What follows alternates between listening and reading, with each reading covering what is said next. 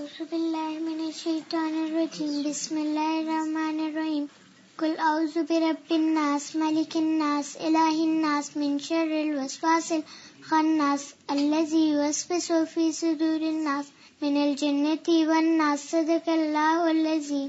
شاباش ماشاءاللہ بہت اچھا پڑھا.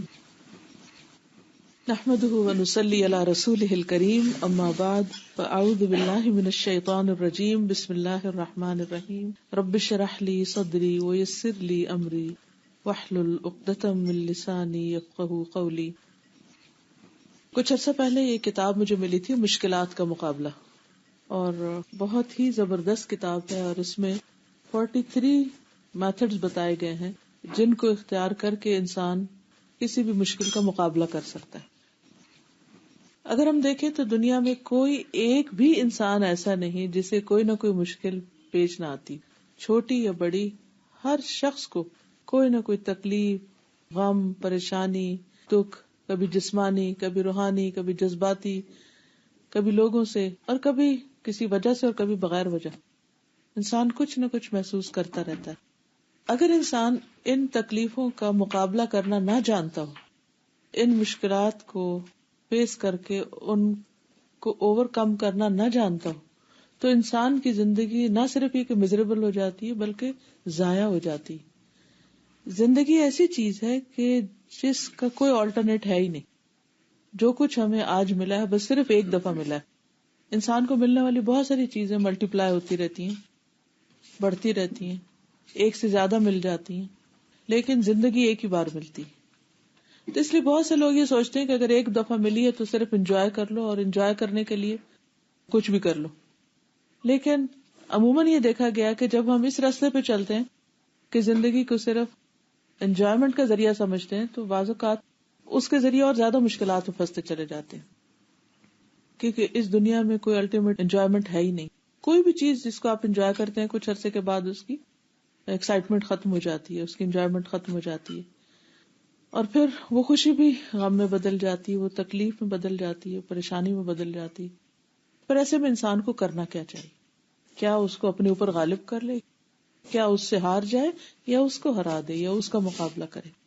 اور جہاں تک مشکلات کا تعلق ہے تو اللہ سبحانہ وتعالیٰ نے بھی قرآن مجید میں فرمایا کہ الف لام میم احسب الناس ان یترکوا ان یقولوا آمنا وهم لا یفتنون وَلَقَدْ فَتَنَّ الَّذِينَ مِن قَبْلِهِمْ فَلَيَعْلَمَنَّ اللَّهُ الَّذِينَ صَدَقُوا وَلَيَعْلَمَنَّ الْكَاذِبِينَ.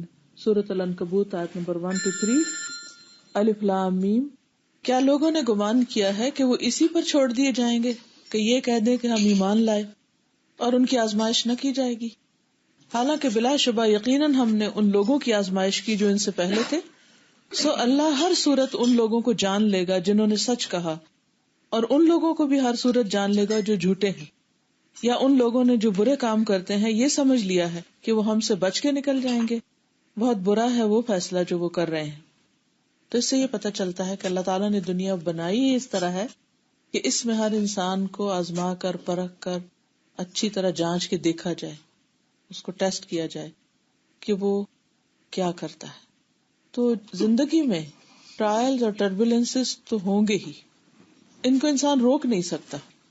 کچھ ایسے ہوتے ہیں کہ جو ود ان یور سیلف ہوتے ہیں، آپ کے اپنے اندر ہوتے ہیں، کچھ باہر ہوتے ہیں. بعض اوقات آپ اپنے اندر کی چیزوں کو کنٹرول کر بھی لیتے ہیں تو باہر کے آنے والی پریشانیاں ان کو آپ نہیں کنٹرول کر سکتے. So that is part of life. جب تک انسان زندہ ہے، کوئی بھی، خواہ وہ نیک ہے، بد ہے، بڑا ہے، چھوٹا ہے، عورت ہے، مرد ہے، غریب ہے، امیر ہے، بادشاہ فقیر ہے، سب کے ساتھ یہ لگا ہوا ہے. تو اصل امپورٹنٹ چیز یہ ہے کہ ہم ایسے موقع پر کرتے کیا ہیں، ہمارا ری ایکشن کیا ہے، ہم اس کو فیس کس طرح کرتے ہیں، ہم اس سے ڈیل کس طرح کرتے ہیں. اور ہم سے یہی دیکھا جا رہا ہے. قرآن مجید میں انسان کی زندگی کی جو تخلیق ہے اس کے ساتھ ہی بتا دیا گیا خلق الموت والحیات لیبلوکم. تو یہ تو ہوگا، اس نے زندگی اور موت کو بنایا تاکہ تمہارا امتحان لے، تمہیں ٹیسٹ کرے. تو یہ لازم ہے، اس سے نکل نہیں سکتے. پھر یہ بھی نہیں کہ جو امتحان ہے وہ کوئی غلط قسم کے یا برے لوگوں پر آتے ہیں، نیک لوگوں پر بھی آتے ہیں، اور جو جتنا زیادہ نیک ہوتا ہے اس کا امتحان اتنا زیادہ ہوتا ہے. حدیث میں آتا ہے اشد الناس بلاء الانبیاء ثم الامثل فالامثل. لوگوں میں سب سے زیادہ سخت آزمائش انبیاء کی ہوتی ہے. حالانکہ اللہ کے کتنے محبوب ہوتے ہیں, کتنے پیارے ہوتے ہیں, اور سارے انبیاء سے خود نبی صلی اللہ علیہ وسلم جو ہیں وہ سب سے زیادہ اللہ کے محبوب ہیں, اور سب سے زیادہ اگر کسی پہ تکلیفیں آئی ہیں تو آپ پر آئی ہیں. بیماری بھی دوسرے لوگوں کے مقابلے میں دگنی, اور بھوک بھی, اور پیاس بھی, اور آزمائشیں بھی, اور مسلسل پوری زندگی ایک جدوجہد. اس لیے اگر کوئی انسان اس چیز کی تلاش میں رہتا ہے کہ اسے مکمل کمفرٹ مل جائے تو پاسبل نہیں ہے, ہو نہیں سکتا. کیونکہ اگر ایسا ہوتا تو اللہ تعالیٰ اپنے سب سے زیادہ پیارے حبیب محمد صلی اللہ علیہ وسلم کے لیے ہر چیز کو سب سے زیادہ آسان کر دیتے. تو ہم سمجھتے ہیں کہ شاید زندگیوں میں بہت کمفرٹ کا ہونا یا آسانیوں کا ہونا بہت خوش قسمتی کی علامت ہے یا ہمارے بہت فائدے کی چیز ہے. یہ درست سوچ نہیں ہے, کیونکہ انسان جس طرح مشکلات میں سے تپ کے سونا بنتا ہے وہ اس کے بغیر بن ہی نہیں سکتا. کوئی بھی چیز جب تک کسی مشکل سے گزرتی نہیں, وہ حکمت, وہ ڈیپتھ, وہ سمجھ اس کو آتی ہی نہیں. یعنی کسی بھی انسان کو وہ سمجھ آتی ہی نہیں جب تک کہ وہ خود کسی ایسی چیز کا تجربہ نہیں کر لیتا. اسی لیے اللہ سبحانہ وتعالی نے اب پیغمبروں کو جو کہ اونچے مقام دینے ہیں اور جنت میں بھی ہائیسٹ رینکس میں ان کو رکھنا ہے, تو وہاں تک پہنچنے کے لیے, اس کو ڈیزرو کرنے کے لیے یا اس کو انجوائے کرنے کے لیے بھی پھر اتنی کیپیسٹی چاہیے. ایک عام انسان جس کی معمولی سمجھ ہوتی ہے اس کے لیے چھوٹی چھوٹی چیزیں بڑی خوشی کی ہوتی ہیں, لیکن جو ذرا سمجھدار ہوتا ہے اس کو ان چیزوں میں کوئی اٹریکشن نہیں ہوتی, اسے کوئی ایکسائٹمنٹ نہیں ہوتی, اس کا لیول تھوڑا اور اوپر ہوتا ہے. جو اس سے زیادہ علم حکمت والا ہوتا ہے اس کا لیول کچھ اور ہوتا ہے. اسی طرح جس کی جتنی عقل, جتنی سمجھ, جتنی میچورٹی, اس کا لیول اتنا ہی زیادہ اوپر ہوتا چلا جاتا ہے. تو اس لیے یہ اللہ سبحانہ وتعالی کا ظلم نہیں ہوتا اپنے بندوں پر, یا ان کے ساتھ کوئی عداوت نہیں ہوتی, یا بندوں کے ساتھ کوئی دشمنی نہیں ہوتی کہ وہ ان کو آزمائشوں میں ڈالتا ہے یا وہ تکلیف میں مبتلا ہوتے ہیں, بلکہ یہ ان کے لیے سراسر عین خیر خواہی کی بات ہوتی ہے. اور جیسے قرآن پاک میں آتا ہے کہ ان مع العسر یسرا, کہ تنگی کے ساتھ ہی آسانی بھی ہے. تو جب تکلیف آئے اس آسانی کی طرف توجہ کا ہو جانا, یہ انسان کی سمجھ پر ہے کہ وہ اس کو کس طرح پرسیو کرتا ہے. ایک اور حدیث میں آتا ہے من یرد اللہ بہ خیرا یصب منہ, اللہ جس کے ساتھ بھلائی کا ارادہ کرتا ہے اس کو آزمائش میں ڈال دیتا ہے, کیونکہ اسے اس آزمائش کے اندر ڈال کر اسے نکھارنا ہے, اسے پیور کرنا ہے, اسے اور کام کا بنانا ہے, کیونکہ اس کے بغیر وہ بن نہیں سکتا. لیکن سب سے بڑی بات یہ ہے کہ انسان کا ایمان آزمایا جاتا ہے. جب کوئی تکلیف آتی ہے تو انسان شیکی ہو جاتا ہے, اس کے اندر ایک ڈاؤٹ سے اٹھنے لگتے ہیں. پھر اسی طرح اللہ سبحانہ وتعالیٰ کے بارے میں اس کے اندر ایسی چیزیں آ جاتی ہیں کہ جیسے وہ کہ کیا واقعی اللہ مجھ سے راضی ہے, شاید اللہ تعالیٰ مجھ سے ناراض ہے, شاید میں نے کوئی بہت بڑا گناہ کر لیا ہے تو اس کی سزا مل رہی ہے. پھر لوگوں کی نظریں بھی اس طرح ہو جاتی ہیں, بعض اوقات وہ سوچنے لگتے ہیں کہ پتہ نہیں کس چیز کی پکڑ آ گئی ہے. تو انسان ایک تو اپنے اندر کی تکلیف, دوسرا لوگوں کی باتوں کی, تیسرے وہ جو کچھ ہو رہا ہوتا ہے انسان کے ساتھ اس کو سمجھنا, یہ ساری چیزیں مل کر انسان کی زندگی کو میزریبل کر دیتی ہیں. تو ایسے میں ضروری ہے کہ انسان پھر ان آزمائشوں کا اور تکلیفوں کا مقابلہ کرنا جانے, اور کس وقت کیسے ری ایکٹ کرنا ہے, کس تکلیف کے آنے پہ کرنا کیا ہے, اس کو اچھی طرح سمجھ لے. کیونکہ اگر وہ سمجھ میں آ جائے تو پھر خیر ہی خیر ہے. نبی صلی اللہ علیہ وسلم نے فرمایا عجبا لامر المؤمن ان امرہ کلہ خیر, مومن کا معاملہ بہت ہی تعجب والا, امیزنگ, بلا شبہ اس کا سارا معاملہ بھلائی والا ہے, ہر حال میں اس کے لیے بھلائی ہے. اور یہ سعادت صرف مومن کو حاصل ہے. اگر اس کو خوشی ملے تو وہ شکر کرتا ہے اور یہ اس کے حق میں بہتر ہوتا ہے, اور اگر اسے تکلیف آئے تو صبر کرتا ہے اور یہ بھی اس کے حق میں بہتر ہوتا ہے. تو گویا جس کے اندر ایمان ہوتا ہے اس کا اللہ پر اعتماد ہوتا ہے, ایک ٹرسٹ ہوتا ہے کہ میرے رب نے جو بھی میرے ساتھ کیا وہ بہت ہی بہترین کیا, اور وہ بعض اوقات انتہائی تکلیف کی حالت میں بھی صبر کر رہا ہوتا ہے اور ساتھ ہی صبر کے شکر بھی کر رہا ہوتا ہے. مثلاً ایک حدیث میں آتا ہے کہ مومن کا حال عجیب ہے کہ جب اس کی روح اس کے پہلوؤں سے نکل رہی ہوتی ہے, جسم کا ساتھ چھوڑ رہی ہوتی ہے, تو اس وقت بھی اس کی زبان پر شکر ہوتا ہے, اس وقت بھی اس کی زبان پہ اللہ کی تعریف ہوتی ہے. اور یہی اس کے ایمان کا پتہ دیتی, کیونکہ جس کا ایمان درست نہیں وہ اس موقع پہ فوراً پکڑا جائے گا کہ دیکھو یہ منہ سے کیا نکالتا ہے، یہ اس وقت کیا سوچتا ہے، یہ اس وقت کس طرح ریئیکٹ کرتا ہے. یہی انسان کے کامیاب ہونے یا ناکام ہونے کا وقت ہوتا ہے. اور یہ بھی ہے کہ ایک مرتبہ نبی صلی اللہ علیہ وسلم نے لوگوں کے سامنے ایک چوکور ڈبہ بنایا اور اس کے بیچ میں ایک لکیر بنائی. کہا کہ یہ انسان کی زندگی ہے. مثلا اگر آپ انسان کی پام دیکھیں نا تو یعنی یہ انسان کی زندگی ہے. یہاں سے انسان سفر شروع کرتا ہے اور اس لکیر تک اس کی زندگی ختم ہو جاتی ہے، اس کے بعد پار کر کے اگلی دنیا میں چلا جاتا ہے. اب یہاں جب سفر شروع کرتا ہے تو ہر تھوڑی دیر کے بعد رکاوٹ کلیمٹی سے ہر تھوڑی دیر کے بعد کوئی بس. تو جب تک وہ زندہ رہتا ہے، ایک سے نکلتا ہے، ایک برج کراس کرتا ہے تو ایک اور برج آ جاتا ہے، ایک اور آ جاتا ہے، ایک اور آ جاتا ہے، ایک اور آ جاتا ہے. یعنی کبھی بھی انسان یہ نہ سمجھے کہ یہ مشکل جو میں نے اس وقت گزاری یہ بس آخری چیز ہے، اس کے بعد کوئی اور نہیں. اس کو مینٹلی پریپیئرڈ ہونا چاہیے کہ اس کے بعد کچھ اور بھی ہو سکتا ہے. اور پچھلے ٹیسٹ میں نے پورے نمبر نہیں لیے، پچھلے ٹیسٹ میں مجھ سے کمی ہو گئی، تو اب اگلے ٹیسٹ میں مجھے، یعنی ویسے تو انسان عافیت کی دعائیں مانگتا ہے، لیکن اگلے میں مجھے پہلے سے اپنے آپ کو پریپیئر کرنا ہے. مثلا بازو کا ایسا ہوتا ہے کہ کسی انسان کی طرف سے کوئی تکلیف پہنچ جاتی ہے تو انسان اس کو برا بلا کہنا شروع کر دیتا ہے. پھر جب اس کا غصہ ہوتا ہے تو پھر وہ سوچتا ہے کہ ہائے یہ تو میں نے ٹھیک نہیں کیا، اگر میں تھوڑی دیر چپ ہو جاتا تو معاملہ خود ہی رفع دفع ہو جاتا. پھر اگلی دفعہ کے لیے انسان اپنے ساتھ عہد کرتا ہے کہ اگر ایسی سچویشن پیش آئی تو میں ایسا نہیں کروں گا، اس طرح کا ری ایکشن نہیں کروں گا. کیونکہ ہر ٹیسٹ میں دیکھا یہ جاتا ہے کہ ری ایکشن کیا ہے. جیسے لیب ٹیسٹ ہوتے ہیں نا تو اس میں مختلف کیمیکلز کے جب ٹیسٹ کیا جاتا ہے تو یہ دیکھا جاتا ہے کہ کون سا کیمیکل کس چیز کے ساتھ ریئیکٹ کس طرح کرتا ہے، اور اس کے مطابق پھر اس کو دیکھا جاتا ہے کہ کون سی چیز کتنی ورتھ ہے یا کون سی چیز کہاں فائدہ مند ہے. جب اللہ تعالیٰ نے انسان کو ایک اسٹیٹس دینا ہوتا ہے تو اس وقت یہ دیکھا جاتا ہے کہ یہ کس درجے تک جانے کا مستحق ہے. ایک دنیا کے درجے ہیں اور ایک آخرت کے درجے ہیں. آخرت کے درجے ان کا دنیا سے کوئی مقابلہ نہیں، وہ کہیں بہت ہی بلند ہے.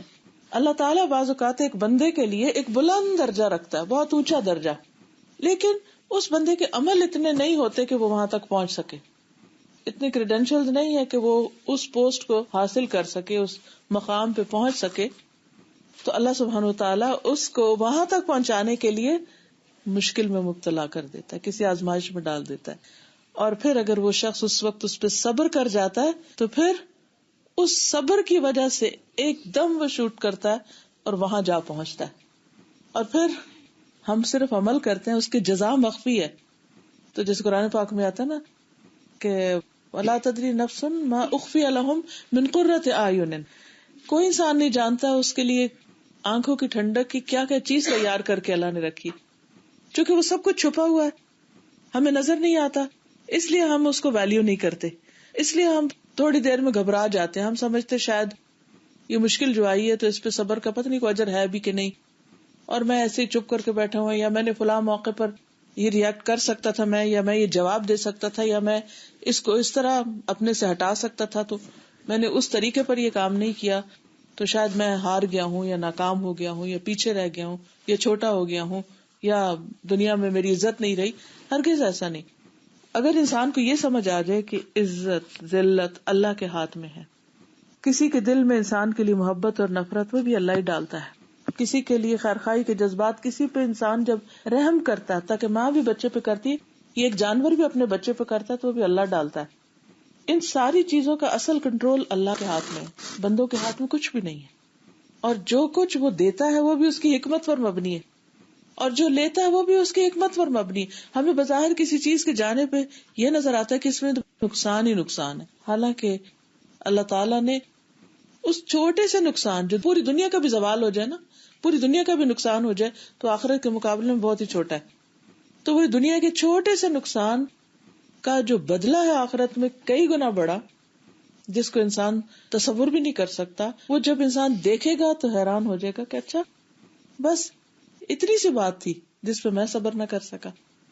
جیسے قرآن مجید میں آتا ہے انما یوفی الصابرون اجرہم بغیر حساب، کہ صبر کرنے والوں کو ان کا اجر بے حساب دیا جائے گا. تو جب وہ ملے گا تو کہے گا کاش میری جلد کینچیوں سے کاٹ دی جاتی، کاش دنیا میں مجھ پہ بھی یہ ساری مصیبتیں آتی، میں بھی صبر کرتا اور آج مجھے یہ ملتا. لیکن آج چونکہ وہ ملنے والا اجر نظر نہیں آتا، اس لیے ہم سے صبر نہیں ہوتا.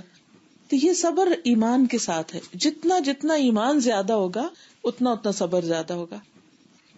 بعض اوقات انسان کہتا کہ ہاں میں صبر کرتا ہوں، لیکن حقیقت میں وہ نہیں کر رہا ہوتا، اور صبر آتا بھی نہیں، کیونکہ صبر اللہ ہی کے دینے سے آتا ہے، اور انسان جتنا اللہ پہ اعتماد کرتا ہے اتنی مقدار میں اس کو ملتا چلا جاتا ہے.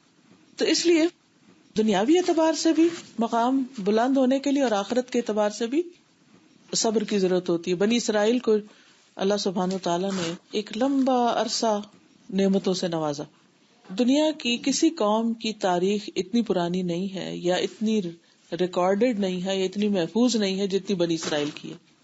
آپ دیکھیں کہ جو مختلف تہذیبیں دنیا کی تھی، خواہ انڈس ویلی کی ہو، یا موہنجو داڑو کی ہو، یا ٹیکسلا کی ہو، یا ایجپشن سیویلائزیشن ہو، یا اور بہت سی دنیا میں تہذیبیں آئیں، قومیں آئیں گئیں، بڑی طاقتور قومیں بھی تھیں، قوم عاد کی طرح، لیکن کسی کے کچھ زیادہ نہ ریمینز ملتے ہیں، نہ کوئی زیادہ ہسٹری ملتی ہے. کچھ نشان آثار موجود ہیں، لیکن پتہ نہیں چلتا کہ کون لوگ تھے، کیا کرتے تھے. اس کے برعکس اگر آپ بنی اسرائیل کو دیکھیں تو ایکچولی ابراہیم علیہ السلام سے جن کی تاریخ شروع ہوتی ہے تو اب تک یہ قوم چلی آ رہی ہے. اس قوم کو اللہ سبحانہ وتعالیٰ نے دنیاوی اعتبار سے بہت عروج عطا کیا. قرآن پاک میں 2 دفعہ آتا ہے، یا بنی اسرائیل اذکروا نعمتی التی انعمت علیکم وانی فضلتکم علی العالمین. اے بنی اسرائیل، میری اس نعمت کو یاد کرو جو میں نے تم کو دی ہے، اور یہ کہ میں نے تمہیں دنیا والوں پر فضیلت عطا کی. 2 بار. یہ کیا فضیلت تھی؟ یہ فضیلت یہ تھی کہ موسیٰ علیہ السلام سے لے کر، موسیٰ علیہ السلام نے جب ان کو فرعون سے نجات دلائی تھی، یوسف علیہ السلام کے زمانے میں لوگ مصر گئے، پھر وہاں سے جب نکلے تو اس وقت سے لے کے عیسیٰ علیہ السلام تک تقریباً 1400 سال بنتے. ان 1400 سالوں میں مسلسل ان کے اندر انبیاء رہے. ہمارے پاس نبی صلی اللہ علیہ وسلم تقریباً 22 سال صرف رہے. ان کے پاس 1400 سال کے وقفے میں ایک دن بھی خالی نہیں تھا کہ جس میں ان کے پاس آسمان سے وحی کا سلسلہ نہ ہو. یہ تھی وہ فضیلت جو انہیں دنیا کی ساری قوموں پر عطا کی گئی. لیکن ان نعمتوں کو پا کر ان کا جو ریاکشن تھا، یا ان کا جو جواب تھا، یا ان کی جو اطاعت اور فرما برداری کا لیول تھا، وہ درست نہیں تھا. ہاں، جہاں جہاں جن حصوں میں تھا وہاں اللہ نے ان کو امامت بھی عطا کی. ان میں انبیاء کے علاوہ ملوک بھی بھیجے.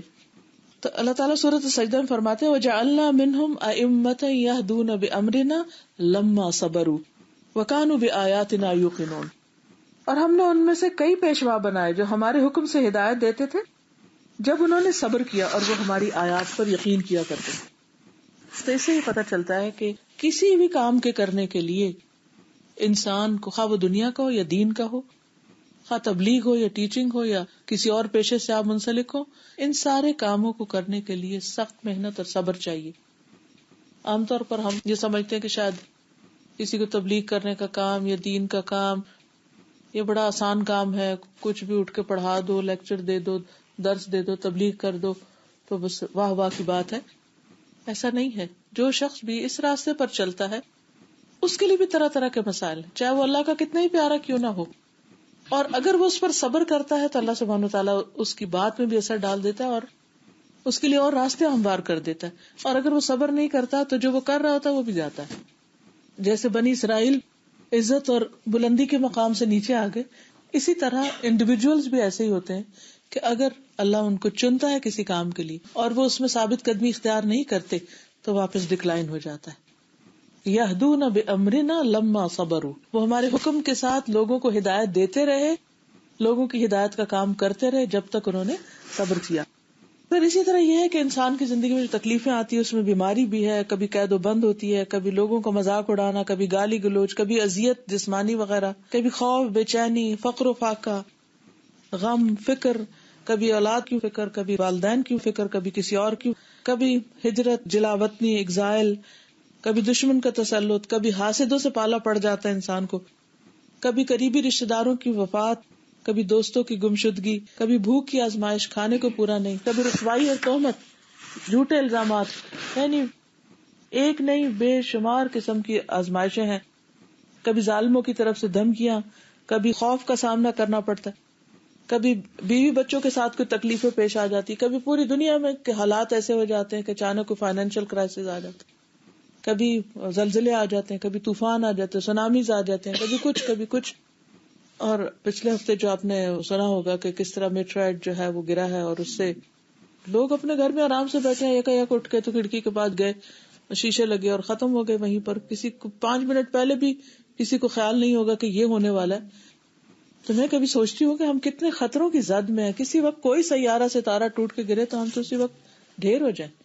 اور زمین کے اندر آپ دیکھیے کہ اندر کیا کچھ لاوا بھرا ہوا ہے, کسی وقت وہ پٹے تو ہم کہیں کے نہ رہیں. تو ہم میں سے کوئی بھی کہیں بھاگ نہیں سکتا, نہ اللہ سے ناراض ہو کے بھاگ سکتا ہے. آپ دیکھیے کہ ایک پیغمبر اللہ سے نہیں بندوں سے ناراض ہوئے تھے کہ میری بات نہیں سنتے, یونس علیہ السلام. اور جب وہ نکل کے گئے تو کس طرح ویل نے ان کو ہڑپ کر لیا, اور کس طرح لے کے وہ سمندر کے اندر چلے گی. کتنے اندھیرے وہاں ہو سکتے ہیں, لیکن کس طریقے سے پھر اللہ تعالیٰ نے ان کو نکال کے باہر ڈالا جب انہوں نے اللہ کو پکارا. تو لا ملجا ولا منجا منکا الا الیک, اللہ تجھ سے بھاگنا کوئی پناہ, کوئی راستہ, کوئی شیلٹر ہے ہی نہیں مگر تیرے ہی پاس, تو ہی پناہ دے سکتا ہے. تو اس لیے جب کوئی تکلیف آئے تو نمبر 1 یہ کہ انسان اللہ سے کبھی ناراض نہ ہو, اسے اللہ سبحانہ وتعالیٰ کی طرف سے کوئی سزا یا عذاب نہ سمجھے, اللہ سے گمان اچھا رکھے, صبر سے کام لے, اپنے ری ایکشن پر نظر رکھے. حادثے پر تو نظر ہوتی ہے, حادثے سے تو انسان پریشان ہوتا ہی ہے, لیکن اصل چیز کیا ہے, میں کیا کر رہا ہوں. اس وقت پورا فوکس اپنے آپ میں ہونا چاہیے کہ میں بول کیسے رہا ہوں, میں کہہ کیا رہا ہوں, میں چل کیسے رہا ہوں, میں لوگوں سے معاملہ کیا کر رہا ہوں, کیا میں اپنی عبادات میں اسٹیبل ہوں جیسے پہلے تھا, اس میں بہتری آئی, کیا میں پہلے سے بہتر انسان بن گیا ہوں یا پہلے سے بھی گیا گزرا ہوں کہ میں نے اپنا ایمان ہی ستیہ ناش کر دیا, پوری زندگی بھر کی محنت کی ہوئی 2 لفظ اللہ کے خلاف ناراضگی کے بول کے سب کچھ صفایا کر دیا. تو ہم اللہ تعالیٰ کے ساتھ معاملہ کیا کرتے ہیں, اسی طرح کرتے ہیں جیسے کسی ڈیلر کے ساتھ کر رہے ہوتے نا, کہ میں نے دعا کی تھی اور آپ نے میری دعا نہیں سنی, لہٰذا میری آپ کے ساتھ ڈیلرشپ کینسل, اب میں آپ کے ساتھ کوئی معاملہ نہیں کروں گا, میں نہیں نماز پڑھوں گا آئندہ, کیونکہ آپ نے تو وہ میں نے کہا تھا فلاں میرا کام کرتے, آپ نے نہیں کیا تو اب بس ختم میری اور آپ کی. نہیں, یہ معاملہ اللہ کے ساتھ نہیں کیا جا سکتا, کیونکہ اللہ سبحانہ وتعالیٰ کا ہر فیصلہ حکمت پر مبنی ہے. وہ اپنے بندوں پہ ظلم نہیں کرتا, وہ اپنے بندوں کا برا نہیں چاہتا, وہ اپنے بندوں سے 70 ماؤں سے بڑھ کے پیار کرتا. لیکن ماں کا پیار کیسا ہوتا ہے, وہ صرف پیمپر نہیں کر رہی ہوتی کہ جو بچہ کہے وہ مانتی چلی جائے. ایسی ماں بے وقوف ہے کہ جو بچے کی ہر بات مان لے. تو اگر آپ انسان کے بارے میں یہ کہتے ہیں کہ یہ ماں جو ہے وہ اچھی نہیں, سمجھدار نہیں, کیونکہ اس نے بچے کو لاڈ پیار دے کے بگاڑ دیا, تو اللہ تعالیٰ کے بارے میں آپ کا کیا گمان ہے جو 70 ماؤں سے بڑھ کے پیار کرنے والا ہے, کہ اس کا پیار بس یہی ہوگا کہ آپ جو کہتے جائیں, دعا نہیں کر رہے, آرڈر بک کر رہے ہیں, جو آرڈر بک کرے وہ آپ کو فوراً ملتے چلے جائیں. تو اس سے تو اللہ سبحانہ وتعالیٰ کا حق ادا نہیں ہوتا. اس لیے سب سے پہلی بات تو یہ ہے کہ امتحان بندے کی ترقی کے لیے آتا ہے, بندے کو مزید میچور کرنے کے لیے آتا ہے, بندے کو علم اور حکمت سکھانے کے لیے آتا ہے, بندے کو اللہ سبحانہ وتعالیٰ اپنا قرب عطا کرنے کے لیے دیتے ہیں, بندے کی سچائی کو پرکھنے کے لیے اللہ تعالیٰ امتحان دیتے ہیں. اس کے کئی اسباب ہیں کہ اللہ تعالیٰ کیوں بندے کو ٹیسٹ کرتے ہیں, اور اگر ہمیں یہ سمجھ آ جائے کہ یہ سب کچھ انسان کے فائدے میں جاتا ہے, ہاں وہ تکلیف سے گزرتا ہے تو بھی فائدے میں جاتا ہے, اس سے انسان کی صحت ہوتی ہے, اس سے اصلاح ہوتی ہے. اب دیکھیں کئی بیماریاں جب انسان کو لاحق ہوتی ہیں, جیسے بعضوں کو سر درد ہوتی ہے یا جسم کے کسی خاص حصے میں درد ہوتی ہے, تو آپ کو پتہ چلتا ہے کہ آپ کے اندر تو بہت بڑی بیماری پل رہی تھی. اگر وہ تکلیف نہ آئے تو پچھلی بیماری تو نظر ہی نہ آئے کسی کو, اور اسی میں انسان کو ختم ہو جائے. کئی دفعہ ایسا ہوتا ہے کہ لوگ کہتے ہیں کہ جی وہ پتہ ہی نہیں چلا اور کینسر آخری سٹیج پہ پہنچ کے پتہ چلا, کیونکہ پہلے کوئی سمٹم ہی نہیں تھی, کوئی درد ہی کہیں نہیں ہوا, پتہ ہی نہیں چلا. یہ زیادہ بہتر ہے کہ یہ انسان کو اگر ارلی سٹیج پر تھوڑی بہت تکلیف کے ساتھ پتہ چل جائے اور اس بیماری کا علاج پہلے سے کر لے. اب یہ کہ اگر دنیا میں انسان کو کسی تکلیف میں اللہ تعالیٰ مبتلا کرتے تو اللہ تعالیٰ کیا چاہتا ہے کہ بندہ رجوع کر لے, گناہوں پہ معافی مانگ لے, اپنی غلطیوں کو دیکھنا شروع کر دے. اگر یہاں کوئی بھی تکلیف نہیں آتی اور اچانک یکا یک مرنے پر پتہ چلتا ہے اس کو کہ میں تو بڑے ہی غلط طریقے سے زندگی بسر کرتا رہا, اور میں تو بہت لوگوں پہ ظلم ڈھاتا رہا, اور میں نے تو بہت سے اپنے فرائض بھی پورے نہیں کیے, تو اس وقت پتہ چلنے کے بعد نہ تو توبہ اور نہ ہی واپس پلٹنا. تو یہ اللہ کی بڑی رحمت ہے کہ ہم ذرا سا ادھر ادھر بھٹکنے لگتے ہیں تو وہ ہمیں کھینچ لیتا ہے وہ ادھر سے ہمیں موڑنا چاہتا ہے کہ نہیں یہ راستہ تمہارے لیے نہیں ہے, تم واپس آؤ, اپنے سیدھے راستے پہ چلو. کیونکہ یہ ایک معنی بھی بات ہے کہ خوشی میں انسان اللہ کو بھول ہی جاتا ہے, لیکن تکلیف میں اکثر یاد کرتا ہے. فرعون جیسا انسان جب وہ ڈوبنے لگا تو کس کو یاد کیا؟ اس اللہ ہی کو یاد کیا. آپ نے پہلے کہا تھا کہ جب اجر اللہ میں نے مقرر کیا ہوا ہے پھر وہ اس کو آزماتا ہے, پھر اس کو وہاں تک لے جاتا ہے, لیکن ہم یہ نہیں کہتے کہ ہمیں اپنے عمل کے بعد وہاں پہ اجر ملے گا, جو ہم عمل کر رہے ہیں اس کا پھر اجر ملے گا. وہ بھی عمل کے اندر ہی آ جاتا ہے نا, صبر بھی عمل کا ایک حصہ ہی ہے, ٹھیک ہے نا. یعنی عمل کے مختلف طریقے ہیں نا. کچھ ہمارے عمل ہوتے ہیں جو صرف ہم اپنی ذات میں کرتے رہتے ہیں, کچھ عمل ایسے ہوتے ہیں کہ جو ہم عبادت کی شکل میں کرتے ہیں, کچھ بندوں کی مدد کر کے کرتے ہیں, کچھ عمل ایسے ہوتے ہیں جو ہم نہ عبادت اس وقت کر رہے ہوتے ہیں, نہ کسی کی خدمت کر رہے ہوتے ہیں, صرف اپنی زبان کو کنٹرول کر رہے ہوتے ہیں, یا صرف اپنی کسی تکلیف کے اوپر واویلا نہیں کرتے. ایک ہوتے ہیں ایسے عمل کہ جن کو کر کے آپ انجوائے کر رہے ہوتے ہیں. مثلا آپ ذکر کریں تو, قرآن پڑھیں تو آپ کو ایک خاص روحانیت ہوتی, لیکن اگر آپ کے جسم میں کوئی تکلیف ہے تو اس وقت آپ کو روحانیت نہیں حاصل ہو رہی ہوتی, بے چینی اور اضطراب ہوتا ہے, یا کوئی غم یا کوئی صدمہ یا کوئی خوف یا کوئی اور چیز. تو اس وقت جب آپ زبان سے کوئی ایسی بات نہیں نکالتے جو اللہ کو ناراض کرے, جی اس صبر کا اجر مل رہا ہوتا ہے. یعنی صدقہ, خیرات, زکوٰۃ, نماز, روزہ, حج, یہ ساری چیزیں اعمال ہیں, ان سب سے اجر بڑھتے ہیں. لیکن تیزی سے اجر بڑھتا ہے تکلیف آنے پر پازیٹیو ریاکشن یا صبر کرنے سے. ہم سب اپنی نمازوں کو ذرا دیکھ لیں کہ ہمیں ہر وقت جلدی ہوتی ہے نماز کی, اللہ کو کم ہی یاد کرتے ہیں, بس جلدی جلدی سجدے کر کے, کبھی وہ بھی نہیں, اس میں بھی لوگ سستی کر جاتے ہیں, کبھی سویرے نہیں اٹھے, کبھی دن کو بھول گئے, کبھی ادھر کر لیا, کبھی ادھر کر لیا. اللہ نے پیدا ہمیں اپنی عبادت کے لیے کیا تھا اور ہم وہی نہیں کر رہے. جب کسی کو کسی خاص کام کے لیے بھیجا جاتا ہے اور وہ نہ کرے تو کون اس سے خوش ہوتا ہے؟ آپ اپنے سرونٹ کو ہی دیکھیں, اگر کوئی کام آپ اس کو دیتے ہیں, کبھی یہ کر کے آؤ, ایک استاد اپنے شاگرد کو کہتا ہے کہ یہ کر کے آؤ, نہیں کرتا تو کہاں سے نمبر دے گا اس کو؟ تو یہ اللہ تعالیٰ نے ہمیں صاف صاف بتا دیا کہ عبادت کے لیے پیدا کیا, اور جب بندہ نہیں کرتا تو پھر ظاہر ہے اللہ تعالیٰ پھر بھی بندے سے پیار کرتا ہے, بھائی ادھر تو اس کی توجہ نہیں جا رہی, میں کسی اور طرح اس کو اس مقام پہ پہنچاؤں. پھر وہ ٹیسٹ میں ڈالتا ہے, پھر ادھر سے پھر ادھر سے. تو ٹیسٹ کبھی تو اللہ تعالیٰ کی ناراضگی بھی ہوتے ہے, لیکن اٹس ناٹ آلویز ناراضگی. کبھی اللہ سبحانہ تعالیٰ انسان کی اصلاح کے لیے, انسان کے درجوں کی بلندی کے لیے اس کو امتحان دیتے. اور ایک اور چیز یہ یاد رکھنی چاہیے کہ یہ سب کچھ اللہ کے اذن سے ہوتا ہے, اور اللہ تعالیٰ کسی بندے پر ظلم نہیں کرتا, اور یہ اللہ تعالیٰ کا ایک مسلسل اٹل قانون ہے. I mean it's a universal thing کہ ہر کوئی اس میں آزمایا جائے گا. اس میں کہتے ہیں کہ 8 چیزیں انسان پر گزرتی ہیں: خوشی, غمی, ملاپ, جدائی, تنگی, آسانی, بیماری اور تندرستی. انسان ان میں سے کسی نہ کسی ایک کیفیت میں ہوتا ہے, یا ایک میں یا دوسری میں, ایک میں یا دوسری میں. پھر یہ ہے کہ ہمارا چونکہ تقدیر پر بھی ایمان ہے, تو اللہ سبحانہ وتعالیٰ نے ہر انسان کے ساتھ الگ معاملہ کیا. کبھی اگر آپ غور کریں تو 2 انسانوں کے ساتھ بھی معاملہ ایک جیسا نہیں ہے. کسی کو اولاد دی ہے, کسی کو نہیں دی, کسی کو دے کے لے لی, کسی کو کسی طرح. کوئی جسمانی طور پہ بہت صحت مند ہے تو ذہنی طور پہ اتنا نہیں عقل مند. کوئی ذہنی طور پہ بہت اسمارٹ ہے لیکن فزیکلی ویک ہے. کوئی بہت خوبصورت ہے لیکن دولت نہیں اس کے پاس. کسی بہت دولت ہے لیکن حسن نہیں. ہر ایک کے اندر کسی نہ کسی چیز کی کمی رکھ دی ہے. اور پھر جب انسان ان سب چیزوں سے گزرتا ہے تو دراصل اس کے ساتھ اللہ سبحانہ وتعالیٰ کا معاملہ دوسرے سے مختلف ہوتا ہے. تو اس میں ایک چیز ہمیں یہ کرنی چاہیے کہ جب کبھی کوئی خاص تکلیف ہم پہ آئے نا, تو ہم لوگوں کے ساتھ خود کو کمپیئر نہ کریں کہ دیکھو فلاں تو اتنے عیش کر رہا ہے, اس کو تو کوئی اولاد کا دکھ نہیں دیکھنا پڑا, فلاں کو تو اللہ نے یہ بھی دیا اور مجھے یہ نہیں دیا. ہمیشہ یہ سوچنا چاہیے کہ اللہ نے مجھے کیا دیا ہے. اور جب ایک انسان کے اندر سینس آف اچیومنٹ ہوتی ہے, ملنے والی نعمتوں کا وہ سوچتا ہے, تو اس کے دل میں ہر وقت ایک شکر اور خوشی کی کیفیت ہوتی ہے. جی بالکل, اس سے بھی زیادہ ہو سکتی تھی تکلیف. یہ بھی کہتی ہیں کہ اگر کسی کو تکلیف میں دیکھ رہے ہیں اور وہ صبر کر رہا ہے تو رش بھی کرنا چاہیے کہ وہ حالت میں رش کر رہا ہے تو اسے سیکھتا بھی ہے. بالکل, وہ بھی ایک کیفیت ہوتی. پھر یہ ہے کہ یہ اللہ سبحانہ تعالیٰ نے تقدیر میں بھی ہمارے لکھا ہوا ہے کہ مختلف لوگوں کے ساتھ اس نے کیا معاملہ کرنا. اور پھر یہ ہے کہ اللہ کی تقدیر جو وہ انصاف پہ مبنی. بعض اوقات ہم کہتے ہیں ہماری قسمت کیوں پھوٹی ہوئی ہے, ہمارے ساتھ یہ کیوں ہو گیا, حالانکہ اللہ کو پتا ہے کہ یہ ہونا ہی چاہیے تھا. اور ویسے ہم خود بھی بعض اوقات ریئلائز کر لیتے ہیں جب کئی سال گزرنے کے بعد ہم کہتے ہیں شکر ہے وہ واقعہ زندگی میں پیش آیا تو میری آنکھیں کھل گئی اور مجھے ہوش آ گئی. اگر وہ نہ ہوتا میں تو بدھو کی بدھو ہی رہتی.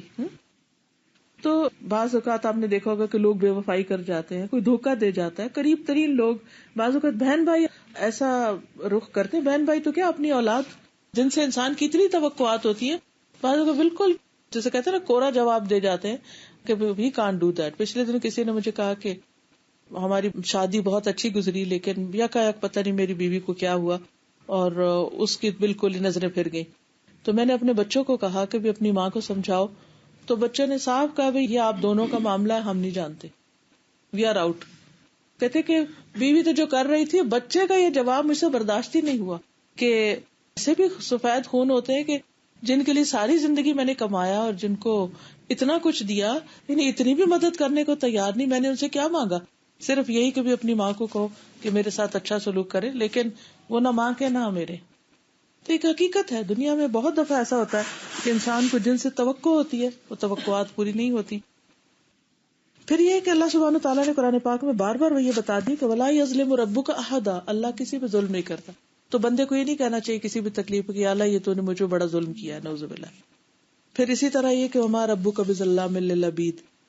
پھر اللہ سبحانہ تعالیٰ چونکہ ساری چیزیں اس کے اختیار اور کنٹرول میں ہیں تو تکلیف بھی اسی کے اختیار میں ہے, وہ جب چاہے دور بھی کر سکتا ہے. اس لیے بجائے اس کے کہ اس وقت انسان واویلا کرے, رونا دھونا کرے, اللہ کی طرف پلٹے, رجوع کرے, دعا کرے کہ اللہ تعالیٰ اس کے حالات اور سب چیزوں کو درست فرما دے. پھر یہ ہے کہ ہم سب گناہگار ہیں, ہم سب سے غلطیاں ہوتی ہیں, تو یہ جو تکلیفیں ہوتی ہیں یہ ہماری غلطیوں کا کفارہ بھی ہو جاتی ہیں اور اس سے ہمیں ایک بہتر انسان بننے کا موقع ملتا ہے.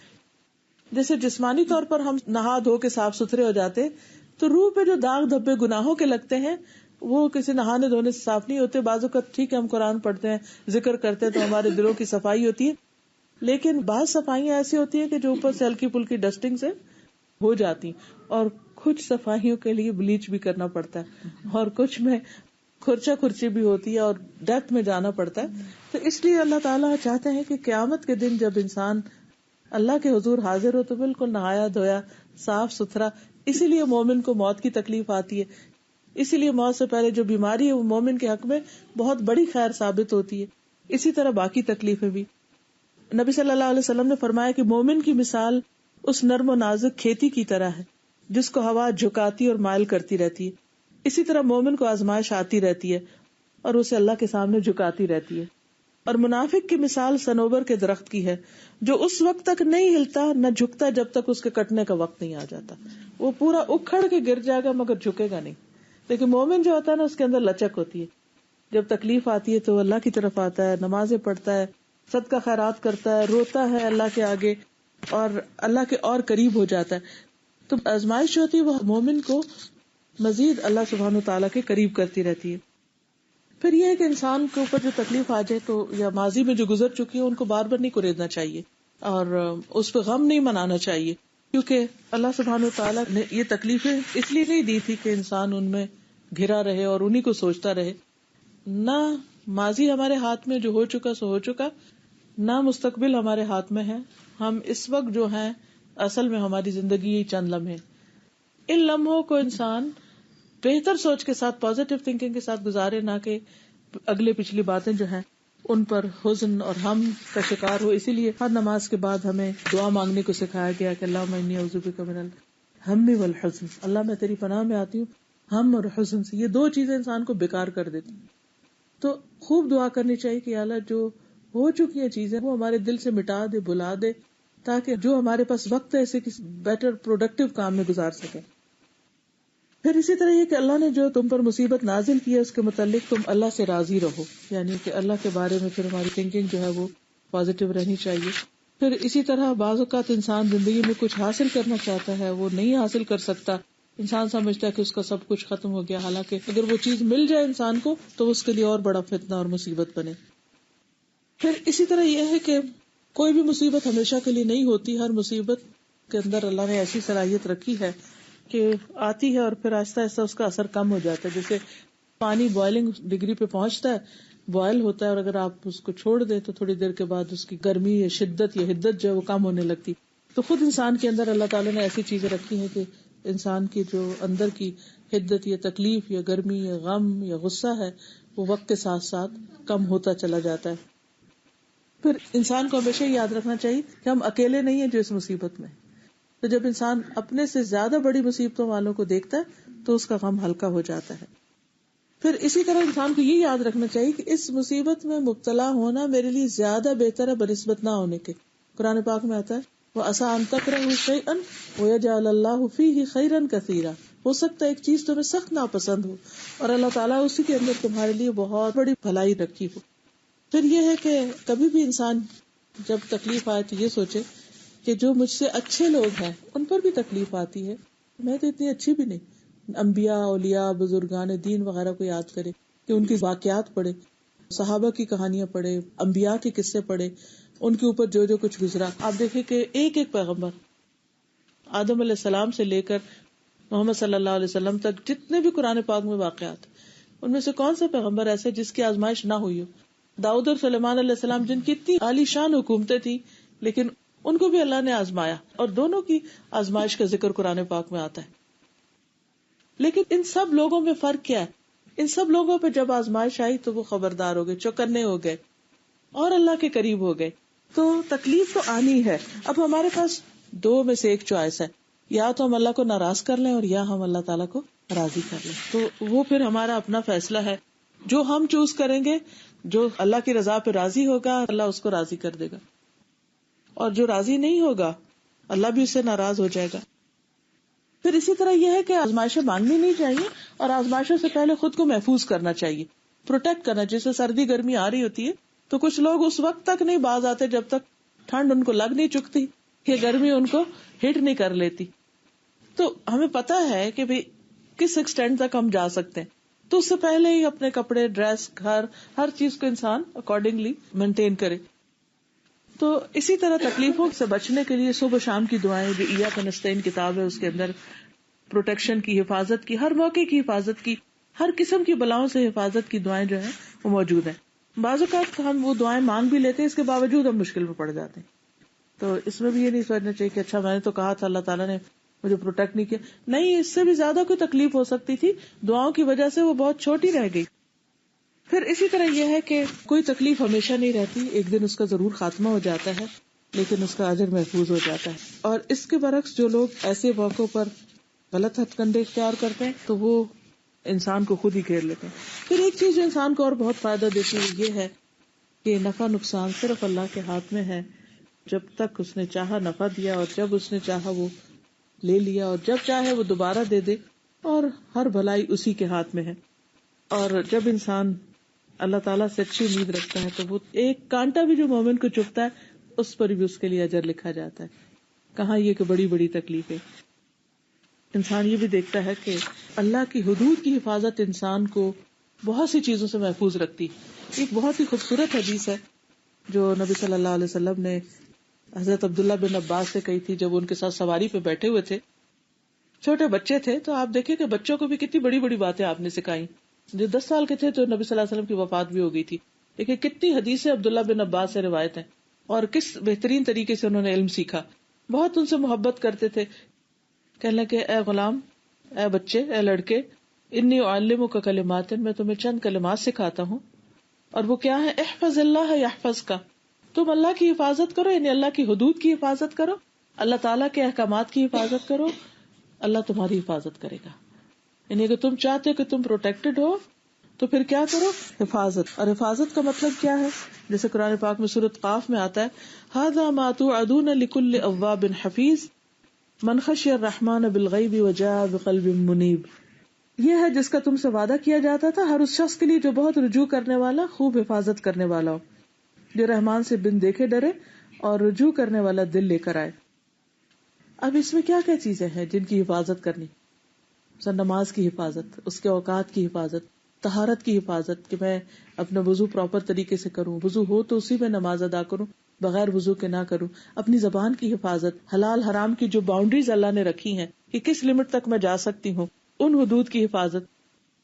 تو جب انسان حفاظت کرتا ہے ان ساری چیزوں کی, اپنی قسموں کی حفاظت, وعدوں کی حفاظت, امانت کی حفاظت, تو اللہ سبحانہ تعالیٰ اس بندے کی بھی حفاظت کرتا ہے. بہت دفعہ ہمارے منہ کی اپنی ہی نکلی ہوئی باتیں ہمارے سامنے آ جاتی ہیں, تو ہم اس غصے میں کوئی بات بول جاتے ہیں لیکن اس کے کانسیکوینسز کو بھول جاتے ہیں، اور جب وہ کانسیکوینسز سامنے آتے ہیں تو ہمیں یاد بھی نہیں ہوتا کہ ہم نے خود ہی مانگا تھا اپنے لیے.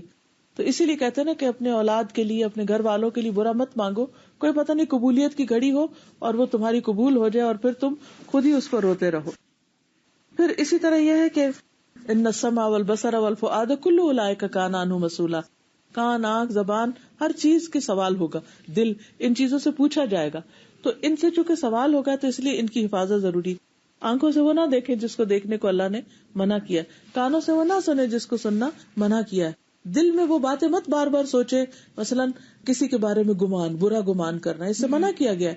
تو اگر کوئی آ بھی جائے تو اس کو نکالنے کی فکر کرے، کیونکہ یہ ساری چیزیں جو ہیں یہ وعدہ خلافی میں یا اس حفاظت کے پردے کو توڑنے میں آتی ہیں. پھر اسی طرح یہ ہے کہ عافیت کی دعا مانگتا رہے انسان تاکہ اللہ تعالیٰ بندے کو اپنی حفاظت میں رکھے. پھر اسی طرح یہ ہے گناہوں سے توبہ کرتا رہے، کیونکہ گناہ جو ہے انسان کے رزق کو گھٹا دیتے ہیں، گناہ اللہ تعالیٰ سے دور کر دیتے ہیں انسان کو. اس طرح اور بھی بہت ساری چیزیں میں نے اس میں سے صرف آدھی آپ کے سامنے رکھی ہیں. میں ہائیلی ریکمینڈ کروں گی اس کتاب کو، اگر آپ لے کے ایک ایک پیج، دو پیج بھی روز پڑھتے رہیں، لٹرلی بس تھوڑا تھوڑا، جیسے ہوتا ہے نا ایک ڈراپ لینا، وٹامن کا ایک ڈراپ کے طور پر ایک اس کا اچھی طرح سمجھ کے میں اس کو پڑھتی رہی ہوں. اور آپ یقین کریں مجھے ہر روز ایک نئی زندگی ملتی تھی، ہر روز نئی باتیں سمجھ میں آتی تھی. اچھا اس کی یہ حکمت ہے، حالانکہ یہ قرآن اور حدیث میں سب کچھ پہلے سے پڑھا ہوتا ہے، لیکن جب ایک خاص آئیڈیا کے تحت اس کو پڑھتے ہیں اور اسی طرح کی سچویشن دن میں پیش بھی آ رہی ہوتی ہیں، چاہے چھوٹی یا بڑی، یا اپنے اوپر یا کسی اور کو انسان دیکھ رہا ہوتا ہے، تو ان چیزوں کی حکمت سمجھ میں آتی. جب انسان کو حکمت سمجھ میں آتی تو اس کا دل سکون میں آ جاتا ہے کہ یہ اللہ کی دنیا میری تو نہیں، اس میں اللہ کا حکم چلے گا میرا تو نہیں، اس میں اللہ کی مرضی ہے میری تو نہیں، ہر چیز اللہ کی، وہ جب چاہے دے جب چاہے لے لے، مجھے اعتراض کرنے کی کوئی گنجائش ہی نہیں. تو پھر انسان ان چیزوں کو ایکسپٹ کرنے لگ جاتا ہے. جب اللہ کی تقدیر کو اور بہت ساری چیزوں کو ایکسپٹ کر لیتا ہے تو انسان کے دل کو ٹھنڈک مل جاتی ہے. ہم دنیا کو نہیں تبدیل کر سکتے، ہمیں اپنے آپ کو چینج کرنا ہے، اپنی سوچ کو بدلنا ہے، اپنے طریقوں کو بدلنا ہے. اگر ہم خود کو نہیں بدل سکتے تو ہم کسی اور سے کیا شکوہ کرتے ہیں کہ وہ خود کو بدلے؟ پھر ہمیں لوگوں کے رویوں کی کیوں تکلیف ہے، یا لوگوں کے رویوں کے اوپر ہم کیوں پریشان ہوتے ہیں؟ تو اس لیے جب انسان کا ایک کنیکشن ہو جاتا ہے پاور ہاؤس کے ساتھ، انرجی اس کو ملتی رہتی ہے، تو اس سے کیا ہوتا ہے کہ انسان ایک اچھی، مطمئن، خوش، پرسکون زندگی بسر کرنا سیکھ لیتا ہے. باہر طوفان بھی ہو تو اس کے اندر ایک اطمینان ہوتا ہے. یہ وہ اطمینان ہے جو دنیا میں اچھے کام کرنے کے لیے بہت ضروری ہے. ورنہ تو انسان ایک چیز سے نکل کے اس پہ پڑے، اس سے اس میں کرنے کا کام پیچھے رہ جاتا ہے. اس زندگی کا ایک ایک منٹ قیمتی ہے. ہم پوری دنیا کی دولت خرچ کر کے بھی اپنی زندگی میں اضافہ نہیں کر سکتے کہ ہم اس کو بڑھا لیں اور پھر جو کام اب نہیں کر رہے وہ تب کر رہے. نہیں، جب بری عادتیں پختہ ہو جاتی ہیں تو چاہے زندگی 100 سال بھی ہو تو انسان کچھ کرنے کے قابل نہیں ہوتا. اس لیے بہت ضروری ہے کہ ہم خود ایک پرو ایکٹیو اپروچ کے تحت ایسی کتابوں کا مطالعہ کریں اور ان سے کانسٹنٹلی اور ریگولر بیسس پر علم میں اضافہ کرتے رہیں تاکہ ہم دنیا میں بہتر طور پہ جی سکیں. کیونکہ جتنی اللہ نے زندگی رکھی ہے وہ تو جینا ہی ہے نا، چاہے کوئی ایسی بیماریاں ساتھ یا ایسے غم ہیں یا صدمے ہیں، لیکن جینا تو ہے. تو ایک یہ ہے کہ ہم اپنے آپ کو تکلیف دے کے جیئیں اور اللہ کی ناراضگی میں جیئیں اور اجر اس پر کچھ نہ ہو رہا. ایک یہ ہے کہ ہم اللہ کے فیصلوں کو قبول کر کے ایک بہتر طور پر جیئیں اور زندگی میں کچھ کر جائیں. اللہ ہمیں کرنے کا حوصلہ، توفیق اور سمجھ اور راستہ دکھائے تاکہ ہم جب اللہ سے ملے تو واقعی ہم اس حال میں ملیں کہ ہم نے ملنے والی نعمتوں پر شکر ادا کیا ہوا. اور شکر ادا کرنے کا بہترین طریقہ ہے اس کو بیسٹ پاسبل وے میں استعمال کیا ہو. وآخر دعوانا الحمدللہ رب العالمین. اگر کوئی بات ہو، یہ سوال ہو تو آپ کر سکتے ہیں. یہ کتاب ہے مشکلات کا مقابلہ کیسے کریں. بیسیکلی کتاب عربی کی تھی جس کا اردو ترجمہ ہوا، اور عربی کا جو رائٹر شاید عامر محمد ہے، مکتبہ بیت السلام ہے ریاض میں اور لاہور میں، انہوں نے چھاپی ہے. کیونکہ کوئی شخص مشکل سے خالی تو ہے ہی نہیں. مجھے تو آج تک ایک بھی نہیں ملا دنیا میں جو کہے کہ مجھے کوئی مشکل نہیں. چھوٹی بڑی کوئی نہ کوئی لگی رہتی. اب اس وقت بجلی کا نہ ہونا بھی ایک مشکل ہی کی ایک قسم ہے. تو ایک یہ کہ وقت کوستے ہوئے گزارے، پریشان رہ کے گزارے، اور ایک یہ کہ انجوائے کریں جیسے پہلے کر رہے تھے. کوئی نہیں، تھوڑی دیر کی بات ہے ابھی پھر آ جائے گی. تو صرف سوچ ہی بدلنے کی ضرورت. کیونکہ ہر مشکل کا آپ نے کہا کہ اس کے پیچھے کوئی حکمت ہوتی ہے، ہر آزمائش کے پیچھے کوئی، تو یہ تو بہت اچھا سولوشن تھا کہ ہم صبر کے ساتھ اس کو جھیلیں، صبر کریں، لیکن کیا اس کے پیچھے جو حکمت ہے کیا وہ ضروری ہے انسان کو جانے کا؟ ہاں، صبر جو ہوتا ہے وہ اصل میں ہمیں اس قابل بناتا ہے کہ ہم حکمتیں سمجھ سکیں. اب مثلاً ایک تکلیف آئی اور ہم اس پر پازیٹیولی ریئیکٹ کر رہے ہیں تو ہمیں غور و فکر کا موقع ملے گا، سوچنے کا، سمجھنے کا، پلان کرنے کا، اس سے باہر نکلنے کا اور ایک سکسیس کی طرف جانے کا. جب ہم صبر نہیں کرتے تو ہماری ساری انرجی کس میں لگتی ہے؟ صبر کیا ہے؟ رکاوٹ، روکنا اپنے آپ کو، اسٹاپ ہیئر، بس اب اس سے زیادہ نہیں رونا، اس سے زیادہ یہ نہیں کرنا، اس سے زیادہ جب یہ اسٹاپ لگ جاتا ہے نا تو پھر انسان تھوڑی دیر کے بعد نارمل ہونے لگتا ہے، پھر سوچنے کے قابل ہوتا ہے، پھر کچھ کرنے کے قابل ہوتا ہے. اگر وہ یہ نہیں کرتا تو پھر کیا ہوتا ہے؟ ساری انرجی صرف رونے میں لگ جاتی ہے، اس غم کو منانے میں یا اس تکلیف کو ہائے ہائے کرنے میں لگ جاتی ہے.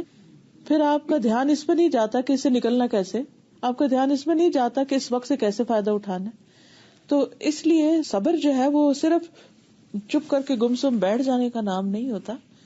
صبر کا مطلب یہ ہے کہ اپنے آپ کو اس چیز سے روک کے، اس کو برداشت کر کے جو آپ کو منفی طرف لے جا رہی ہے اس کو چینلائز کرنا ہے، پازیٹیو وے میں دوسری طرف لے کے جانا ہے. میں نے جب سے آپ کی لیکچر لینے شروع کیے ہیں تو میں نے ایک بڑا اچھا پڑھا کہ رونے میں جب افسوس یا ماتم یہ ایسا کرتے ہیں تو نیچرلی جب فیملیز میں ڈیتھ ہو جاتی تو کبھی رونا آتا ہے آپ کو. بالکل اس مہینوں اور دنوں کر لگ جاتے ہیں. اس وقت یہ کہ نہ نماز کا ہوش رہتا ہے نہ قرآن کا ہوش رہتا ہے. جب سے یہ ہوا ہے تو یہ کہ اللہ کی مرضی، اللہ تو نے لے لیا، تیری مرضی، تیری چیز تھی، تو بڑا دل کو سکون آتا ہے یہ پڑھ کے، اور دل چاہتا ہے کہ بھی اب جو چلی گئی اس کے لیے پڑھا جائے. بالکل اسی بہتری اب رونے اور سے تو کوئی فائدہ نہیں کہ اپنے آپ کو خراب. کیونکہ جب انسان اس پہ صبر کر لیتا ہے نا تو اللہ تعالیٰ فرماتے ہیں کہ الذین اذا اصابتهم مصیبۃ قالوا انا للہ وانا الیہ راجعون اولئک علیہم صلوات من ربہم ورحمہ واولئک هم المہتدون. کہ وہ لوگ جب ان پہ مصیبت آتی ہے تو وہ کہتے ہیں بے شک ہم بھی اللہ کے لیے ہیں اور اللہ ہی کی طرف واپس جانے والے. مال چلا گیا، اولاد چلی گئی، کوئی اور عزیز پیارا چلا گیا تو ہم بھی اسی راستے پہ، آج اس کی باری کل ہماری بھی آنے والی ہے. اور اس کے بعد وہ اس کو ایکسپٹ کر لیتے ہیں کہ یہ ہو گیا، اب اس کو ریورٹ نہیں کر سکتے. ایسے لوگوں کا انسٹنٹ ریوارڈ کیا؟ اولئک علیہم صلوات من ربہم. ان لوگوں پر رب کی طرف سے رحمتیں نازل ہوتی ہیں اور خاص رحمت نازل ہوتی، اور ان لوگوں کو ہدایت نصیب ہوتی ہے. وہ اولئک هم المہتدون، ان کو راہ مل جاتی ہے کہ وٹ نیکسٹ، اب کرنا کیا. جو ہونے والی بات تھی وہ ہو گئی، اس کو میں چینج نہیں کر سکتا. یہ تقدیر میں لکھی تھی. بچہ ماں کے پیٹ میں ہوتا ہے تو اس کی زندگی کے ساتھ موت کا دن بھی لکھ دیا جاتا ہے. چینج نہیں کر سکتے ہم اس کو، اب چینج نہیں کر سکتے. اگر ہماری زندگی آج سے اس کے بعد ہمیں اگر مثلا 5 سال باقی ہیں تو اس کی فکر کرنی چاہیے کہ 5 سال میں کیا کیا میں کر سکتی ہوں. کیا میں سارا وقت ادھر رونے دھونے اور کاموں میں گزار دوں؟ اگر 5 سال مجھے تو میں اتنی نمازیں پڑھ سکتی ہوں، اتنا ذکر کر سکتی ہوں، اتنی خیرات کر سکتی ہوں، اتنے لوگوں کے کام آ سکتی ہوں. پورا پلاننگ شروع کر دیتے. اچھا 5 سال اور مجھے جینا. بلکہ میں نے اپنی زندگی میں یہی کیا، 5 سال کی جیسے پلاننگ اللہ ہی کی طرف سے ہوئی، اسی نے سمجھ دی. لیکن اس سے فائدہ یہ ہوا کہ اچھا یہ کر لیا ہے، اب یہ کرنا چاہیے، اب یہ کر لیا، اب یہ کرنا چاہیے. اس سے باقی جو بھی آ رہا ہے، جا رہا ہے، ہو رہا ہے، آندیاں طوفان چل رہے ہیں، لیکن فوکس کس پہ ہے؟ جیسے ایک کشتی پہ بندہ بیٹھا ہوتا ہے نا، اسموتھ سیلنگ نہیں ہوتی ہمیشہ. اب وہ چلتا ہے، کبھی بڑی اچھی ہوا چل پڑتی ہے، موافق ہوتی ہے تو تیز سے جاتے ہو، کبھی اپوزٹ آ جاتی ہے. لیکن جو ملاح ہوتا ہے اس کا دھیان کس پہ ہوتا ہے؟ منزل پہ. مجھے ادھر جانا ہے، یہ ابھی ہوا چلی جائے گی، مجھے یہ اس کے ساتھ واپس نہیں پلٹنا، مجھے آگے ہی جانا ہے. اور پھر وہ تھوڑا مشکل میں آتا ہے، اس کو اسٹرگل کرنی پڑتی ہے، پھر اس سے گو تھرو ہو جاتا ہے، پھر کچھ دیر ٹھیک ہو جاتا ہے، پھر آگے ایک اور آ جاتا ہے، حتیٰ کہ وہ پہنچ جاتا ہے. تو مومن کی زندگی بھی اسی طرح ہے. بس اللہ کی طرف سے جو آزمائشیں ہوتی ہیں اللہ میں صبر بھی دیتا ہے، لیکن ایک بہت بڑا المیہ یہ ہوتا ہے کہ انسان کو واسطہ تو انسانوں کے ساتھ ہی رکھتا ہے. بالکل. آج میں پڑھا رہی تھی گواہی کے بارے میں کہ مرنے کے بعد ہر انسان کی ایک گواہی ہوتی ہے اور وہ کاؤنٹ ہوتی ہے انسان کے نامہ اعمال میں. اور جس شخص کے لیے اچھی گواہیاں ہوتی ہیں ان کو قبول کیا جاتا ہے اور اس کے لیے جنت کی بشارت. لیکن یہ گواہیاں صرف لپ سروس نہیں کہ اوپر اوپر سے کوئی خوشامد کر رہا ہے یا سب لوگ اب اچھا کہہ رہے ہیں کسی کو تو ہم بھی اچھا ہی کہہ دیں. وہ دیکھا ہی جائے گا اس کے اندر کیا ہے. How you make other person feel about you. یہ ہمارا سب سے سخت ٹیسٹ ہے. ہمارے والد تھے تو وہ اکثر جب ہم چھوٹے تھے کہتے تھے بندوں کے حقوق ادا کرنا سب سے مشکل کام ہے. ساری زندگی بھی بندہ لگا رہے تو بندوں کے حقوق ادا نہیں ہوتے. وہ کہتی تھی کہ کیا مشکل ہے, یعنی جتنی چھوٹی سی سمجھ تھی تو وہ کہتی اس میں کیا مشکل ہے. ہمارا اس وقت کس کو حق دینا ہوتا تھا, نہ ماں باپ کی سننی پوری نہ کسی اور کی. تو پھر کچھ دن ہوتے تو پھر یہ کہتے کہ بندوں کے حقوق ایسے ہیں, ساری زندگی بھی 2 تو نہیں پورے ہوتے. پھر میں کہا اچھا. اب جب ہوش آئی تو واقعی سمجھ آئی کہ آپ ایک انسان کے ساتھ ساری زندگی احسان کریں نا, اور کسی ایک دفعہ آپ سے بھول ہو جائے یا غفلت ہو جائے یا کچھ, تو جو آپ کو رسپانس ملتا ہے, جو ریئیکشن ملتے ہیں آپ کو, یا جس طرح وہ ٹریٹ کرتے ہیں آپ کو, ہم دنگ رہ جاتے ہیں اور ٹوٹ کے پارا پارا ہو جاتے ہیں کہ یہ کیا. اس وقت اگر انسان کا اللہ کے ساتھ کنیکشن ہوتا ہے تو ایسے موقع پر بڑی آسانی سے سنبھل جاتا ہے کہ میں نے آج تک جو بھی کیا تمہارے ساتھ, بندے میں نے اللہ کے لیے کیا تھا, تمہارے لیے تو کیا ہی نہیں تھا. شکر ہے تمہارے لیے نہیں کیا, اللہ کے لیے کرتی رہی, چاہے قریب ترین رشتے بھی ہوں. بعض اوقات اپنی ماں کی بات ایسی چپ جاتی ہے کہ انسان کہتا ہے کہ اچھا ماں تو ایسی چیز ہے جس سے مجھے توقع ہے کہ وہ کبھی میرا دل نہیں توڑے گی. باپ سے انسان کو اتنی محبت ہوتی ہے, لیکن کبھی باپ کی طرف سے ایسی بات سن لیتا ہے کہ انسان کہتا ہے میرا دنیا میں کوئی نہیں. اور حقیقت یہی ہے کہ اللہ ہی سب کچھ ہے. اور اس میں میں سوچتی کہ جیسے انبیاء پہ بڑی بڑی آزمائشیں آئی نا, تو ابراہیم علیہ السلام کا میں پڑھ رہی تھی کہ جب ان کو باپ اور ساری قوم نے مل کے آگ میں ڈالنا چاہا تو جس وقت پھینکے جا رہے تھے تو راستے میں جبریل آ گئے, میں آپ کے لیے کیا کر سکتا ہوں. تو انہوں نے کہا حسبی اللہ و نعم الوکیل, میرے لیے اللہ کافی ہے اور بہترین کارساز ہے. اس جملے کی وجہ سے, اس بول کی وجہ سے, اور یہ یعنی جب ان کو پھینکا جا رہا تھا, اس پھینکنے اور آگ میں پڑنے کے بیچ کی بات ہے, کتنے سیکنڈ ہوں گے نا, لمحے. حسبی اللہ و نعم الوکیل. تو اللہ نے اس آگ کو حکم دیا کہ تم اس کے لیے آگ نہیں رہنا, آپ ٹھنڈی ہو جاؤ, اور ابراہیم پر سلامتی. اتنا بڑا توکل. میں سوچتی ہوں اگر میں اس جگہ ہوتی تو میں کیا کہتے, جبریل پکڑ لو مجھے, پکڑ لو پکڑ لو, گرنے نہ دینا. یہ کیسے آتا ہے؟ یہ ان کے اندر اتنا بڑا ایمان کہاں سے آیا؟ وہ آزمائشوں سے آیا نا. جب باپ ان لوگوں میں شامل ہو گیا جو لکڑیاں ڈھو کے لا رہے تھے کہ جلانا ہے اس کو.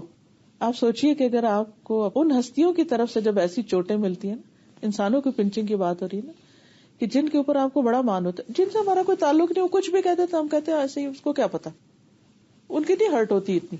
لیکن جو جان بوجھ کر ہرٹ کرتے ہیں, بہت تکلیف دہ ہوتا ہے, تو اس وقت انسان پھر کیسے ہرٹ نہیں ہوتا, اس کا کیا نسخہ ہے؟ وہ یہی ہے کہ حسبی اللہ ہو. اصل بات یہ ہے کہ اجر بھی اس پہ ہی ہے.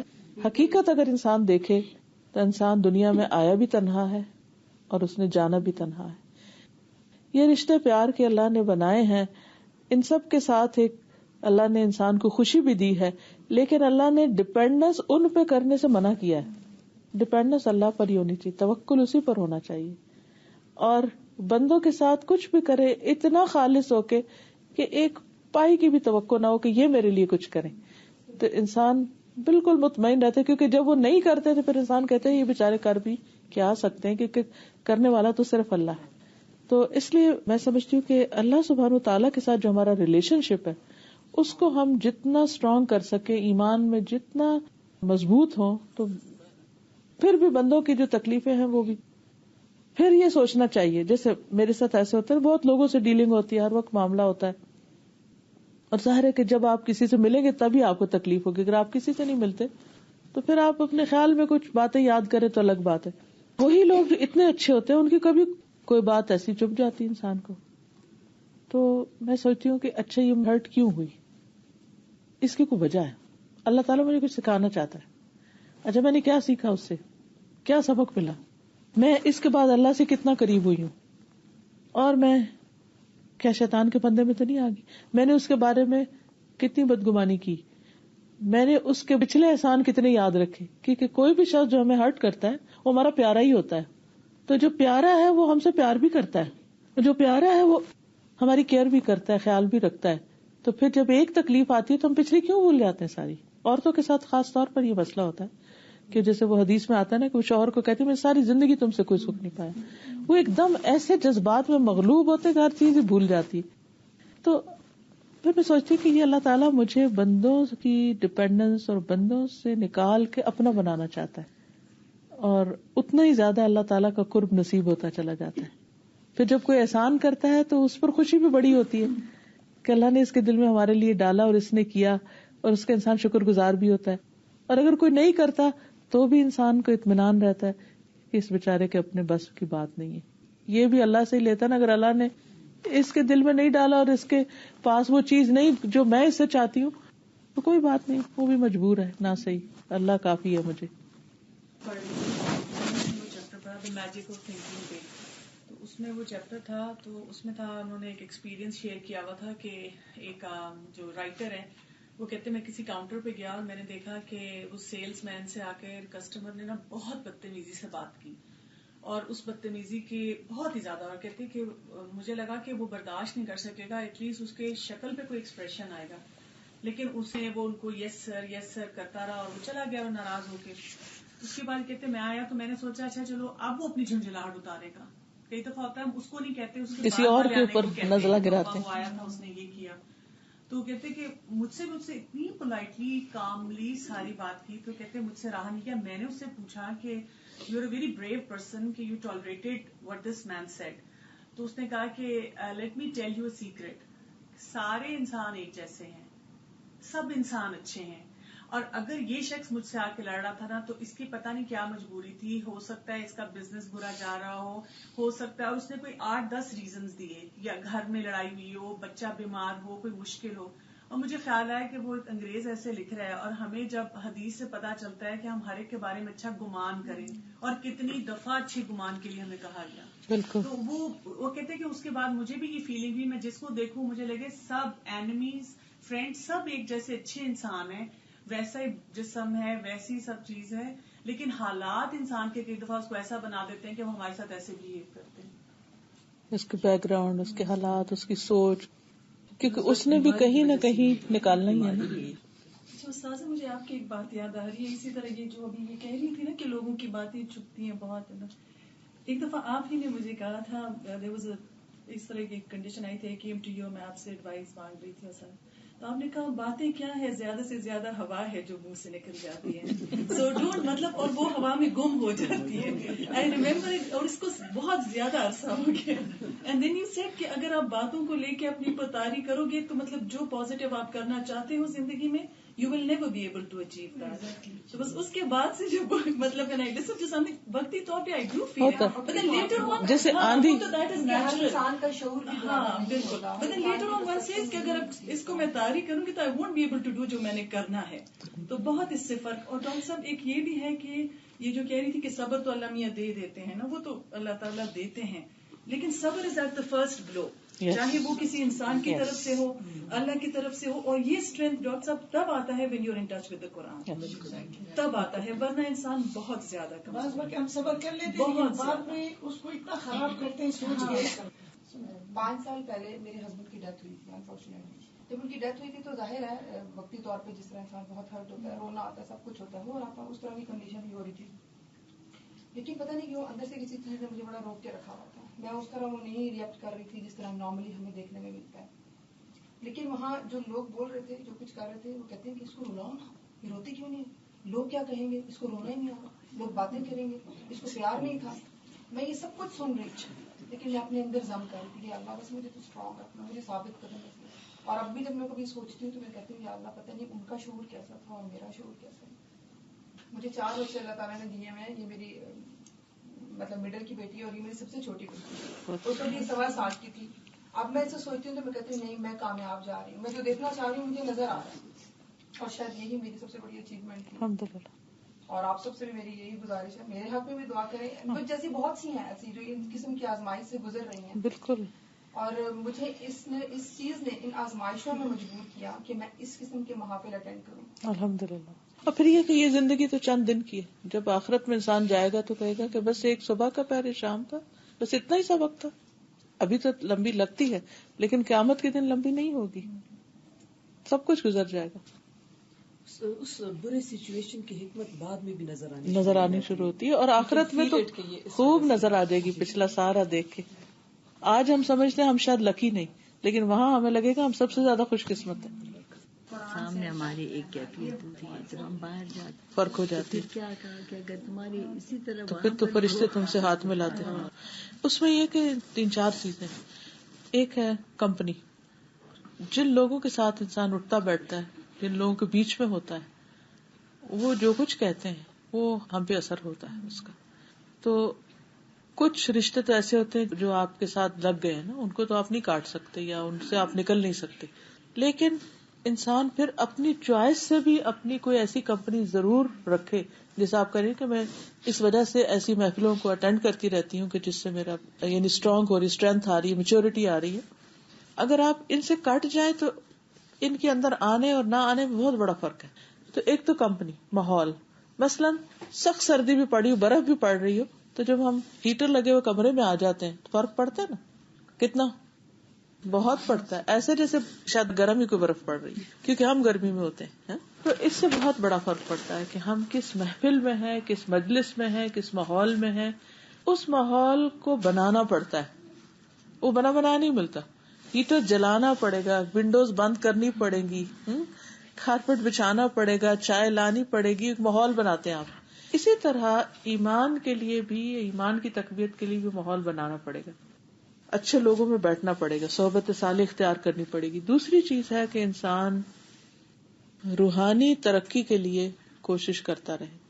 جس میں قرآن کا پڑھنا ہے، تہجد کا پڑھنا ہے، ذکر اذکار کرنے ہیں، اس کے لیے لازمی وقت نکالے. اس سے انسان کی جب روح اسٹرانگ ہوتی ہے تو بہت ساری چیزیں جو ہیں وہ پھر سرفیس پہ آ جاتی ہیں اور ہلکی لگتی. تیسری چیز یہ کہ اپنی عقل اور ذہن اور سمجھ کو پڑھاتا رہے، مختلف چیزیں پڑھتا رہے. اس میں ریلیجس لٹریچر کے علاوہ کوئی بھی دنیا کی اچھی کتابیں، اچھا مطالعہ مسلسل کرتا رہے. کسی بھی ایک دن ایک اچھی کتاب پڑھنے کے بعد جو آپ کا موڈ ہوگا اور نہ پڑھنے کے بعد بہت بڑا فرق ہوگا.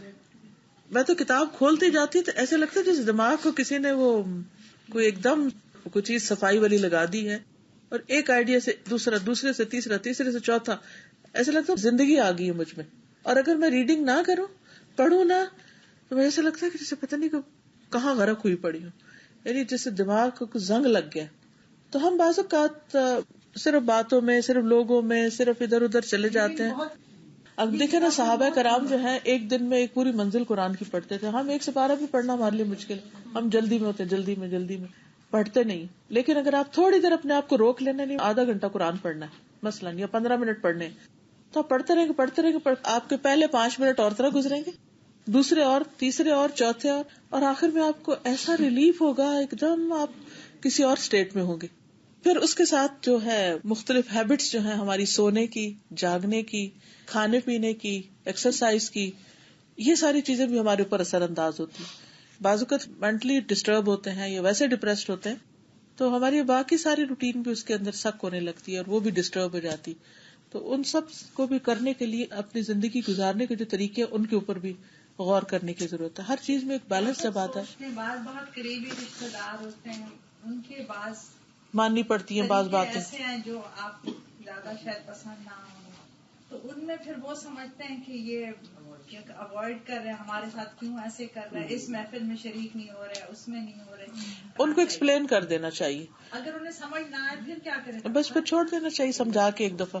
میں آج ہی کی مثال بتاتی ہوں کہ میں بالکل کلاس کے لیے تیاری کر رہی تھی تو کسی دوسری سٹی سے ہمارے کچھ ریلیٹیوز آ گئے. اب وہ ٹائم اتنا کروشل تھا کہ ادھر 500 لوگ بیٹھے ہیں، انتظار کر رہے ہیں کہ میں آ کے ان کو پڑھاؤں، اور اس امانت کا حق یہ ہے کہ میں پڑھ کے جاؤں، نہ کہ ایسے اٹھ کے چلی جاؤں. اور ادھر سے یہ لوگ آ گئے تو آئے ہیں، میں ملی ہوں اچھی طرح سب کچھ. بچی کو میں نے کہا کہ تم سرو کرو، اور میں نے ان کو معذرت کی. میں نے کہا اس وقت میں ایک بہت بڑی امانت ہے میرے اوپر، مجھے اسے ادا کرنا ہے، تو آپ بھی میرے ساتھ چلے. تو میں دروازہ بند کیا، تھوڑا سا میں نے اپنا جو پڑھنا تھا پڑھا، اس کے بعد ان کو بھی میں ساتھ لے کے چلی گئی کلاس میں. جب میں واپس نکلی ہوں تو اتنا انہوں نے شکریہ ادا کیا کہ ہمیں اس سے اچھی تو کوئی ٹریٹ مل ہی نہیں سکتی تھی کہ جو کچھ آپ نے ہمیں وہاں بیٹھ کے دیا.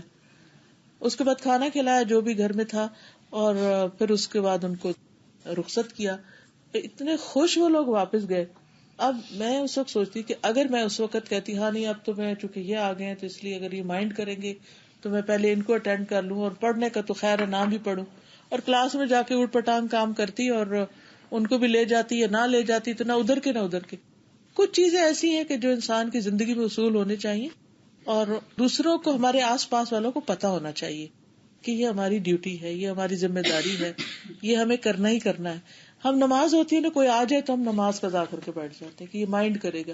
تو جب تک ہم لوگوں کے خوف میں رہتے ہیں تو ہم اللہ کا حق ادا نہیں پوری طرح کر سکتے.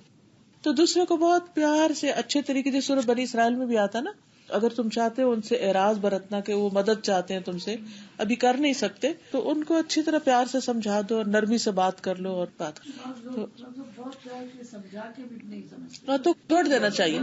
دیکھیے خدا تو نہیں ہے نا ہمارے، کوئی بات نہیں، ڈپینڈنس نہیں ہونی چاہیے بندوں پر، کسی پر بھی ڈپینڈنس. توکل صرف اللہ پہ ہونا چاہیے. نفع نقصان کا مالک اللہ کو سمجھنا چاہیے. ہمارا رزق اللہ کے ہاتھ میں. کوئی اگر ہماری مدد کسی بھی طرح کر رہا ہے اور کسی بات میں ناراض ہو کے مدد چھوڑ دیتا ہے، اللہ تعالیٰ اس سے بہتر دروازہ کھولے گا. وہ ہمارا بھی ٹیسٹ ہے اور اس کا بھی ٹیسٹ ہے. دیکھیے ہم ان کے ساتھ احسان کرتے رہے، کیونکہ ان کو جب ہماری ضرورت پڑے گی تو واپس آئیں گے. بس یہ کہ ہر چیز کا ایک کرنے کا انداز اچھا ہو. That's it. سبحانک اللہم و بحمدک، اشہد ان لا الہ الا انت، استغفرک و اتوب الیک. السلام علیکم و رحمۃ اللہ وبرکاتہ.